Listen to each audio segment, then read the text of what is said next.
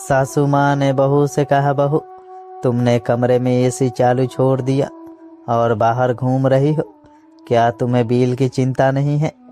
अगर तुम्हें बिल भरना पड़ता तो ऐसा कभी नहीं करती। अभी तो ससुर जी भरते हैं, इसलिए तुम लापरवाह हो। बहू चुपचाप कमरे में एसी बंद करने चली गई। ये देखकर पति को लगा कि कहीं पत्नी को माँ की बात का बुरा ना लग गया हो। वो उसके पीछे गया और कहा, माँ की बात का बुरा मत मानना। बहू मुस्कुरा कर बोली, इसमें बुरा मानने वाली कौन सी बात है? मेरे मायके में भी जब हम लापरवाही करते थे तो माँ यही कहती थी कि अगर हमें बिल भरना पड़ता तो हम वक्त पर सब बंद करते। ये बातें यहाँ भी वैसे ही है, गलती तो हमारी है।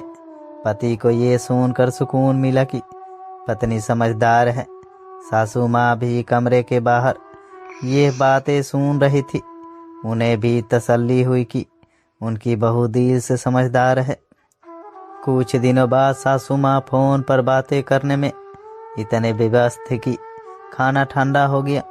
बहू ने प्यार से उनका फोन लिया और कहा, मम्मी पहले खाना खाकर दवाई ले लीजिए, फिर बात कीजिए।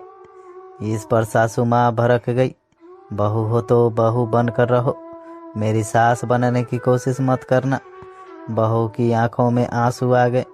थोड़ी देर बाद सासू माँ ने रसोई में बहू को अपनी माँ से फोन पर बातें करते सुना।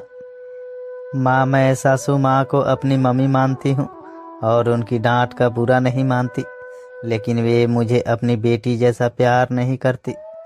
जब मैं आपकी तरह उन्हें फ़ोन रखने को कहती हूँ तो वे गुस्सा हो जाती है। मैं तो बस उनका ख्याल रखना चाहती हूँ। यह सुनकर सासू माँ को अपनी गलती का एहसास हुआ। उन्होंने महसूस किया कि रिश्तों में प्यार और सम्मान दोनों तरफ से होना चाहिए।